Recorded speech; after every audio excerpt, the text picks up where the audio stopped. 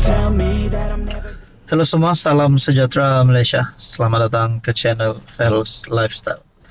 Tuan-tuan dan puan yang amat dihormati, masih lagi ramai yang membuat pemerhatian, analisis sendiri, membuat komen dan pandangan sendiri, persoalan sendiri selepas kekalahan Pakatan Harapan di Sungai Bakap. Walaupun kredit kepada Anwar kerana walaupun kalah, kerajaan negeri pimpinan di Pulau Pinang adalah DAP, iaitu daripada Pakatan Harapan. Dan saudara-saudara, ada yang mula menyalak kuat di media sosial. Mungkin penyokong-penyokong PN, mungkin penyokong-penyokong PAS, yang berkata kerajaan PH akan tumbang, yang menyimpulkan perkara itu setelah mereka menang di Dun Sungai Bakap. Ada yang kata kerajaan PN tidak lama lagi akan bangkit. PN akan menjadi kerajaan semula. Berkaitan dengan PN, untuk PN menjadi kerajaan semula, ini satu tulisan daripada Syahabuddin Husin pada 8 Julai. Kehilangan sokongan bukan Melayu.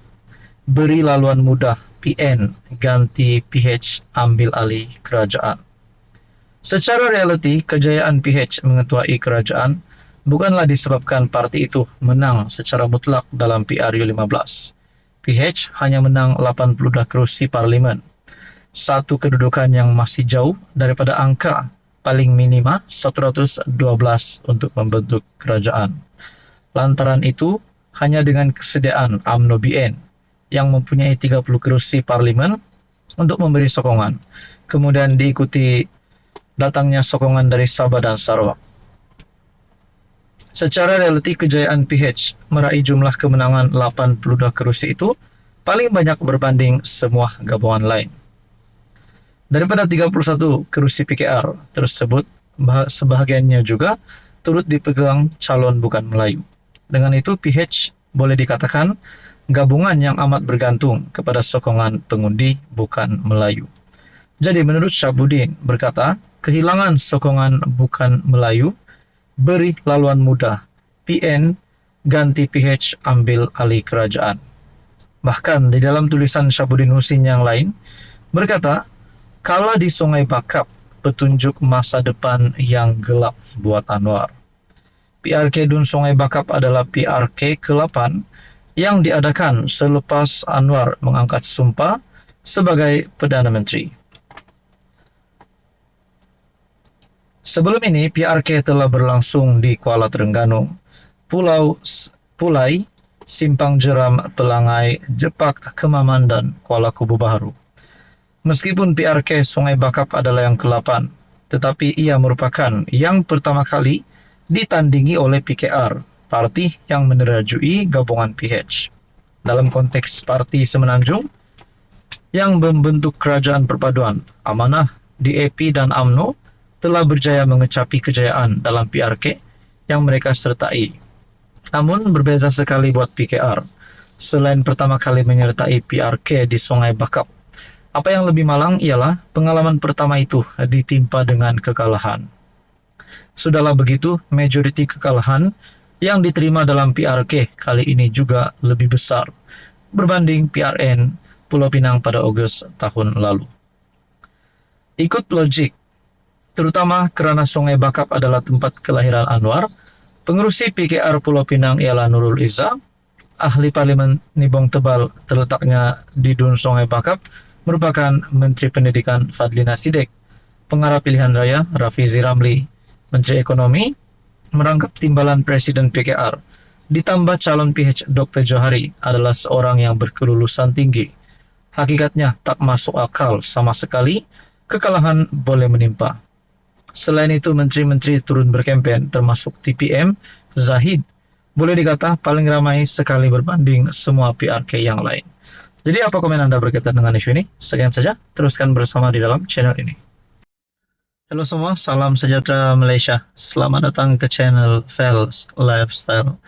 Tuan-tuan dan puan, berkaitan dengan kemenangan Perikatan Nasional di Dun Sungai Bakap, kemenangan Baharu PAS.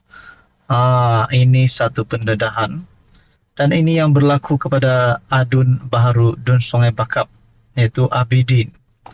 Saudara-saudara, walaupun Pakatan Harapan kalah, Anwar Ibrahim sudah mengumumkan menerima kekalahan ini. Bahkan, Timbalan Perdana Menteri Ahmad Zahid Hamidi juga berkata ini bukan pengakhiran untuk kerajaan perpaduan.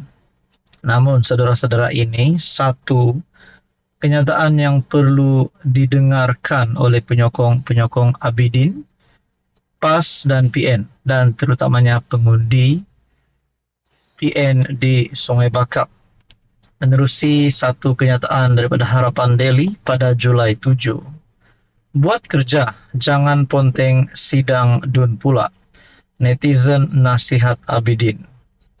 Seorang TikTokers Aina memberi pesanan kepada Perikatan Nasional yang telah menang PRK Sungai Bakap. Hai, Assalamualaikum.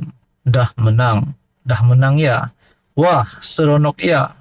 Tapi ingat sikit ya, sebab kerusi itu memang kerusi korang.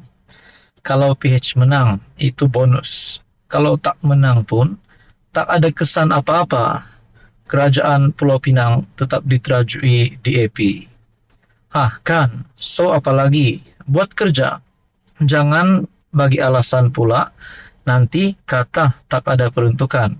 Katanya di media sosial. Wanita itu turut pesan satu lagi perkara tentang derma. Lepas tu yang paling sadis, jangan pula minta derma daripada pengundi-pengundi pula. Nanti kata nak buat pusat khidmat. Kalau dah ada pusat khidmat, baguslah, tapi buat kerja. Jangan ponteng sidang dewan pula nanti. Tu jelah nak pesan, kata wanita itu. PRK Sungai Bakap yang menyaksikan Abidin Ismail, calon daripada PAS ataupun Perikatan Nasional yang menewaskan calon Pakatan Harapan Dr. Johari Arifin. Abidin menang dengan memperoleh 14.489 undi, menewaskan pencabarnya Dr. Johari yang meraih 10.222 undi. Beliau menang dengan majoriti 4.267 undi.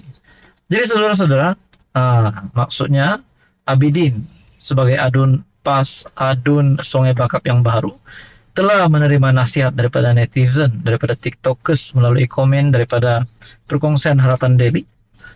Itu adalah satu nasihat yang perlu didengar oleh calon PN, oleh Adun Sungai Bakap. Apapun tahniah kepada PN dan bekerjalah untuk rakyat. Jadi saudara-saudara, apa komen Anda? Sekian saja, teruskan bersama di dalam channel ini.